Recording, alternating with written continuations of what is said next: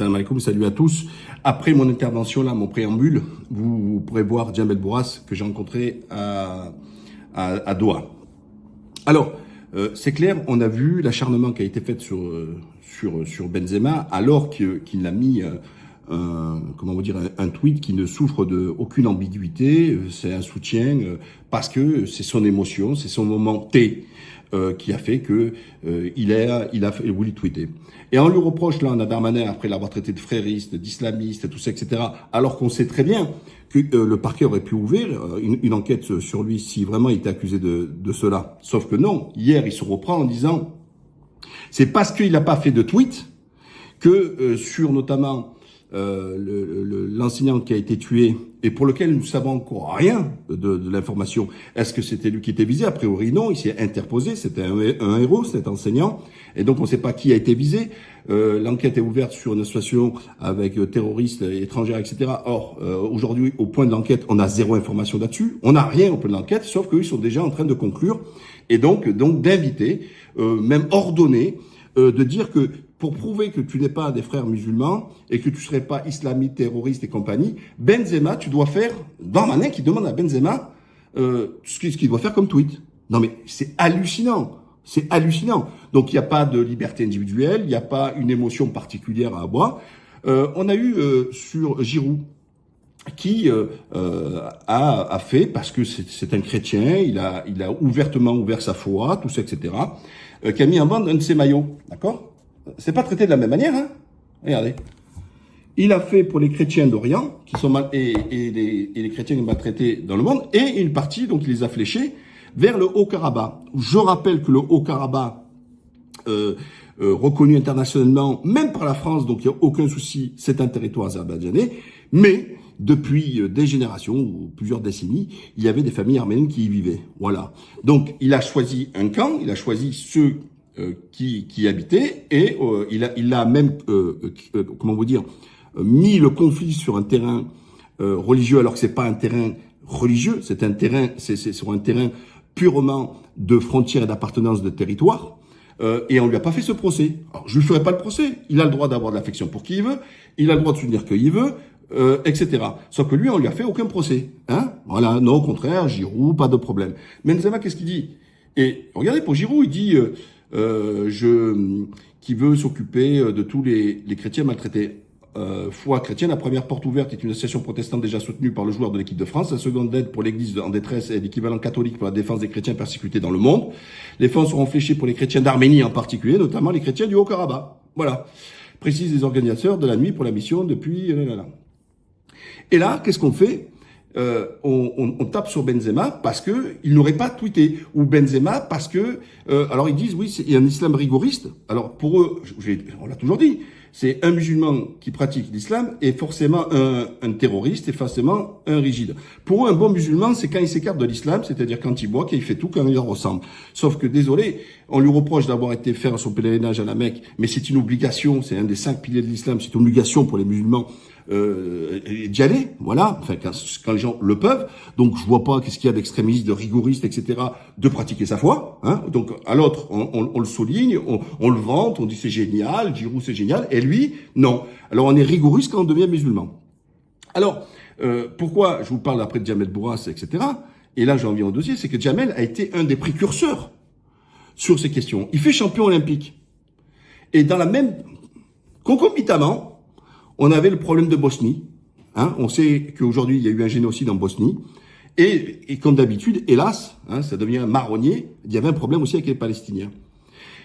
Vous savez, il faut être athlète pour le comprendre. Et donc toute sa compète, il est concentré pour être champion olympique. Vous savez, vous êtes déjà quand vous êtes en combat, tout ça, vous êtes des fois un peu hors de vous. C'est-à-dire que il y a un côté subconscient qui travaille, etc. On est tellement dans ce qu'on appelle dans une bulle. Il gagne et on lui pose la question, ses premiers sentiments, et c'est son cœur qui a parlé, vous voyez.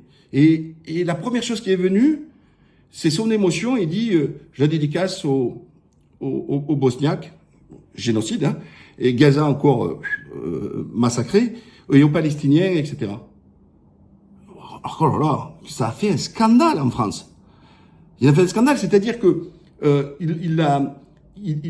au contraire, il est sorti de sa bulle de champion olympique et son cœur l'a poussé en disant, comme s'il faisait don d'une œuvre, c'est-à-dire, ok, moi je suis champion olympique, mais c'est parce que je suis champion olympique et je pense quand même à eux. Donc il profite de l'audience, il profite de l'éclairage qu'il y a dessus pour sensibiliser l'opinion et de dire Bosniaque et palestinien, je vous oublie pas. Oh là là, qu'est-ce qu'il a mangé. Djamel, champion olympique, d'accord, pour la France, on lui a fermé toutes les portes.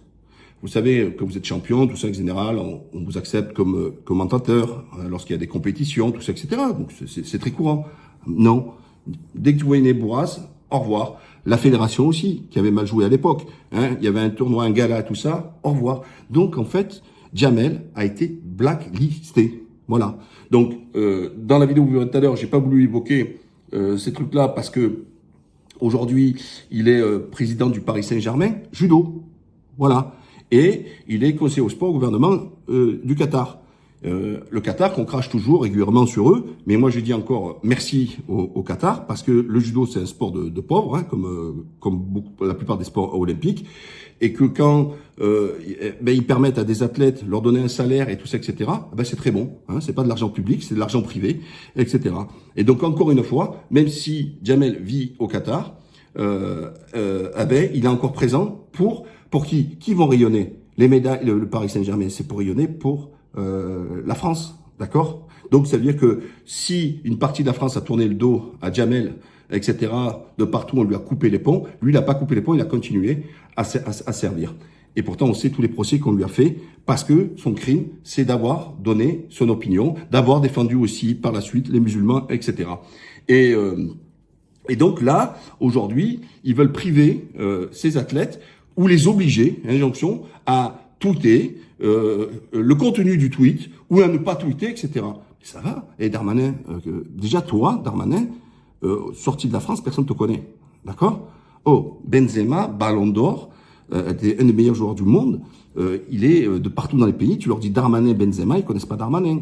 Oh, aujourd'hui, t'es la risée Darmanin. Oh, t'as réussi à te faire du buzz pour que même les Allemands, les journaux espagnols, tout ça, viennent te taper. Et donc, une partie des Espagnols, maintenant, vont te connaître pour tes propos incohérents et tes accusations sans fondement juridique. Attends, comme diraient certains, ils disent, t'es pas ministre, t'es un sinistre intérieur. Mais c'est gravissime. Parce que ou t'as des éléments, et dans ces cas, tu saisis la justice, d'accord, et on ouvre une enquête, ou ferme-la. Mais jette pas l'anathème, fais pas un truc, etc. Alors, moi, je ferais peut-être un procès à Benzema. Benzema, s'il te plaît, ne tweete pas sur, comme il te dit lui, spécialement pour le pauvre enseignant qui a été tué, mais tu peux tweeter pour GG la flûte, hein, comme il dirait un collègue Salim. Donc, de soutenir, Benzema fait un tweet, soutien à la femme qui se plaint d'avoir été subie du chantage sexuel par Darmanin. Voilà, alors moi aussi, vous voyez, donc moi je veux dire, Benzema, pourquoi tu serais un frériste si tu condamnes pas et si tu apportes pas ton soutien à la victime, de celle qui se déclare victime de Darmanin, d'avoir fait du chantage sexuel. Voilà, hein, vous voyez, on peut continuer comme ça longtemps. Je veux saluer Dembaba, joueur de football, qui est toujours engagé pour défendre, lutter contre le racisme, lutter contre, etc. Mais ils sont peu, ces athlètes. Alors moi, je vais pas vous faire du Darmanin, je vais pas vous faire le procès, le fait que je parle pour les joueurs qui sont notamment de confession musulmane, mais aussi les chrétiens, puisque aujourd'hui encore une église palestinienne, parce qu'on fait croire toujours que c'est un problème musulman. Non, c'est un problème territorial. Donc il y a une église encore chrétienne vieille depuis 2000 ans qui a été bombardée avec des morts, d'accord? Donc les pseudo-défenseurs des chrétiens d'Orient, vous êtes où quand Israël tabasse les chrétiens aussi? Vous êtes pas là, hein?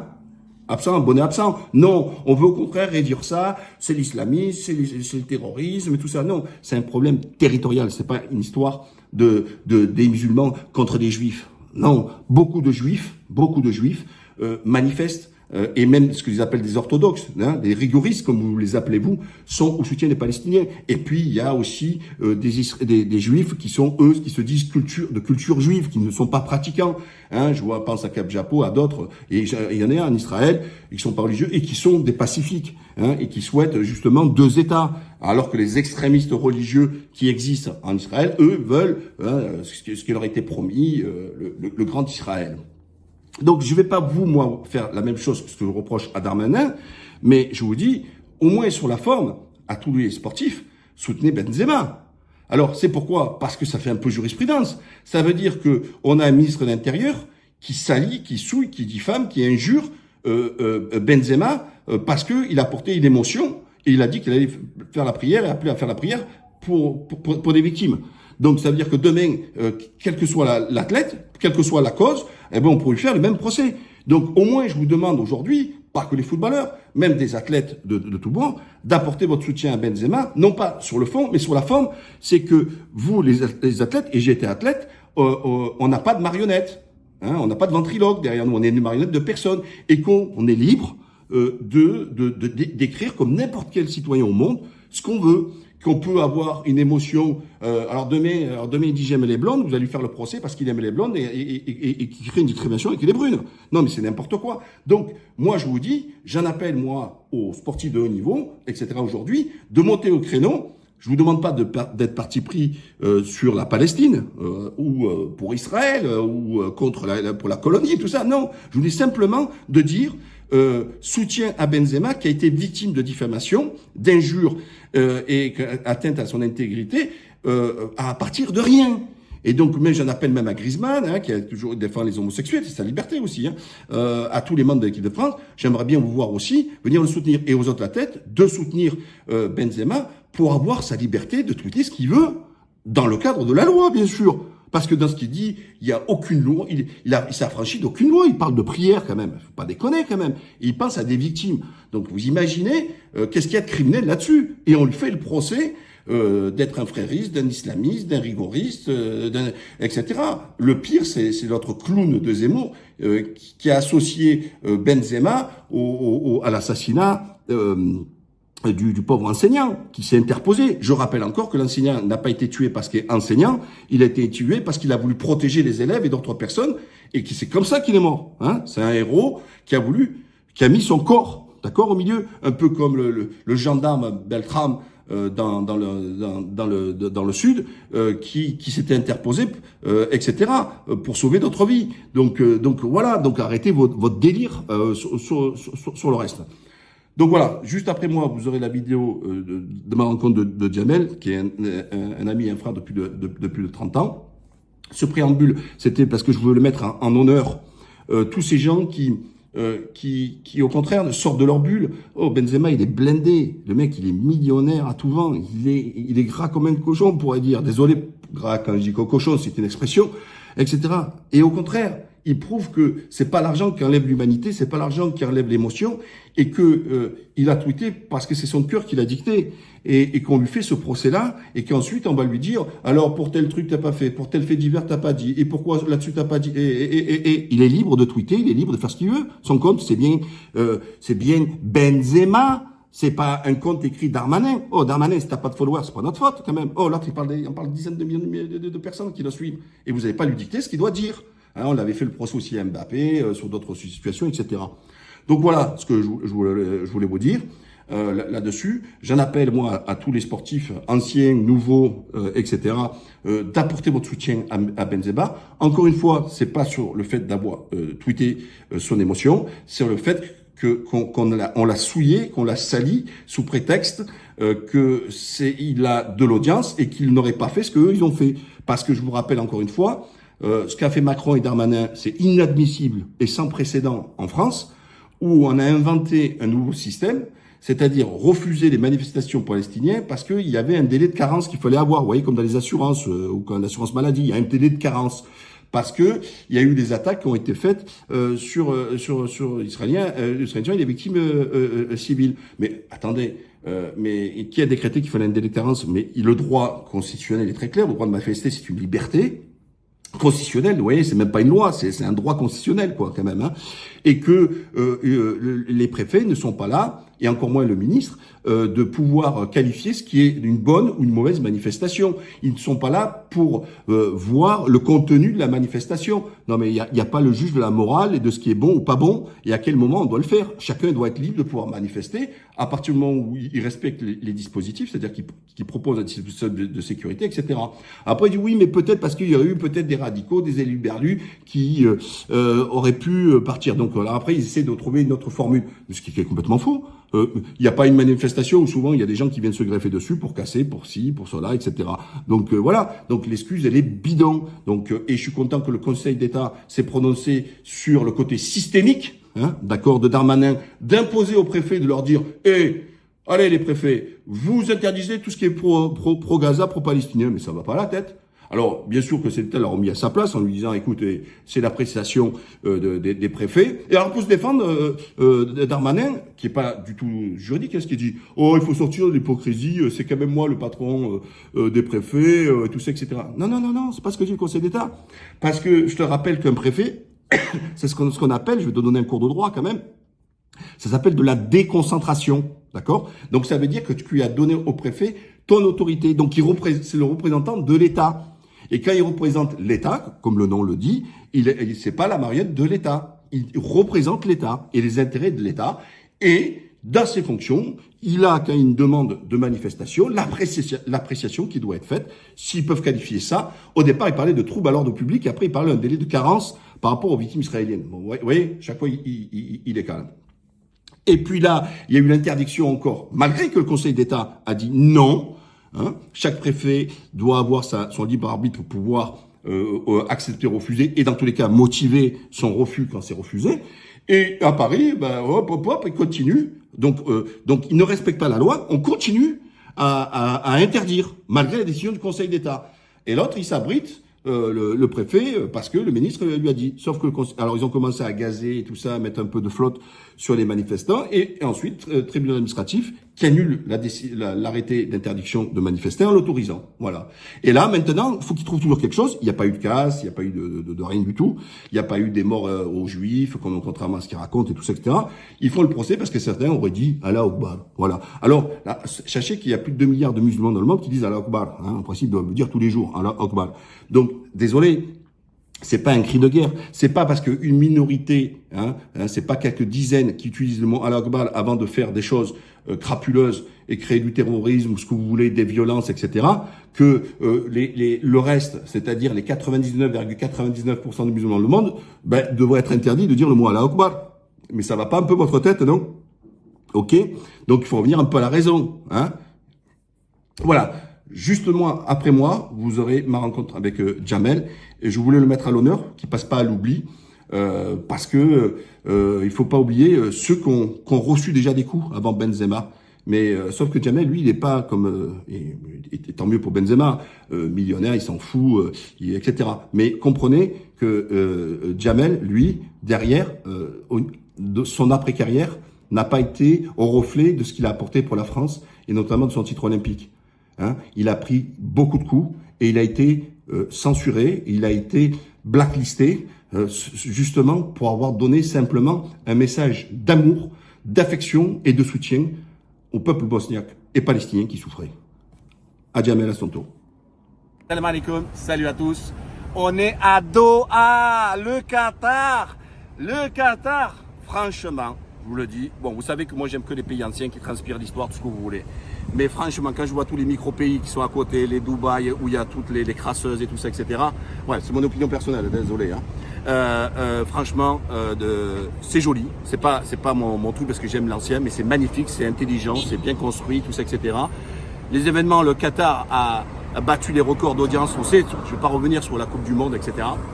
Et je suis content, puisque Jamel Bourras, qui est mon grand frère, entre guillemets, puisqu'il a 3 ans de plus que moi, avec qui j'ai été en équipe de France de judo ensemble. Tu as 30 ans, toi? Quoi, 30 ans? Ouais, 3 ans de plus, j'ai 33, donc t'as 30 ans, c'est bon? Ah ouais, peut-être que j'ai 25, moi, je crois, en plus. Je crois que j'ai un problème avec les chiffres, etc. Voilà, Jamel, pour les plus jeunes, vous pouvez pas connaître, mais les anciens, ou alors il y a YouTube pour vous retracer la mémoire, champion olympique, Masha'Allah, c'est une fierté.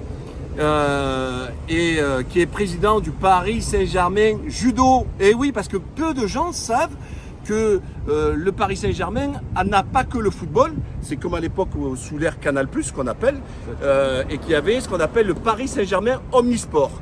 Eh ben, je suis content que le Paris Saint-Germain classique version Qatari encore investi dans les sports oubliés. Et le judo, c'est un sport oublié parce que on draine pas autant d'audience, etc.